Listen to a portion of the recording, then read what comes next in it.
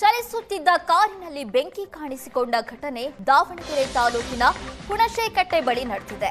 ಪುಣೆ ಬೆಂಗಳೂರು ಹೆದ್ದಾರಿಯಲ್ಲಿ ಕಾರು ಹೊತ್ತಿ ಉರಿದಿದೆ. ಗೋವಾದಿಂದ ಆಂಧ್ರಕ್ಕೆ 6 ಜನ ತೆರಳ್ತಾ ಇದ್ರು ಈ ಕಾರ್ನಲ್ಲಿ. ಏರ್ಟಿಗಾ ಕಾರಿನಲ್ಲಿ ಏಕಾಏಕಿ ಬೆಂಕಿ ಕಾಣಿಸಿಕೊಂಡು ಕಾರಿನಿಂದ ಇಳಿದು 6 ಜನ ಕೂಡ ಪ್ರಾಣ ಉಳಿಸಿಕೊಂಡಿದ್ದಾರೆ. ದಾವಣಗೆರೆಯಲ್ಲಿ ನಡೆದಿರುವಂತಹ ಘಟನೆ ಇದು.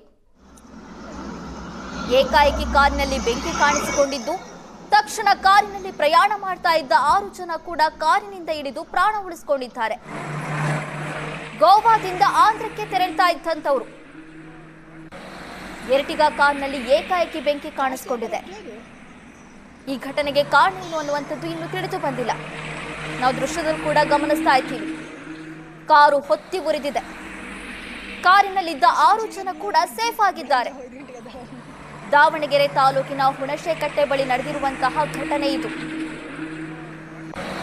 ಎರ್ಟಿಗಾ ಕಾರ್ನಲ್ಲಿ 6 ಜನ ಪ್ರಯಾಣ ಮಾಡ್ತಾ ಇದ್ರು. ಗೋವಾದಿಂದ ಆಂಧ್ರಕ್ಕೆ ಹೋಗ್ತಾ ಇದ್ರು.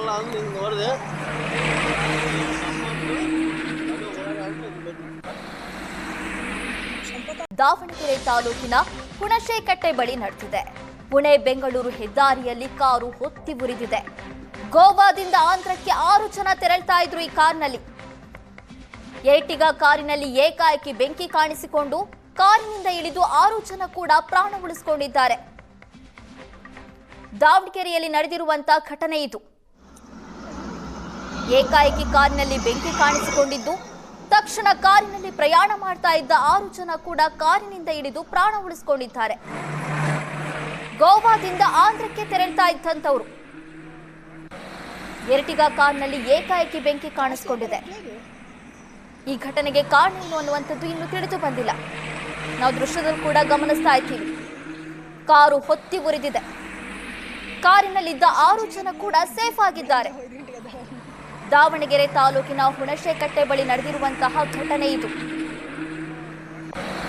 ಎರ್ಟಿಗಾ ಕಾರ್ನಲ್ಲಿ 6 ಜನ ಪ್ರಯಾಣ ಮಾಡ್ತಾ ಇದ್ರು. ಗೋವಾದಿಂದ ಆಂಧ್ರಕ್ಕೆ ಹೋಗ್ತಾ ಇದ್ರು.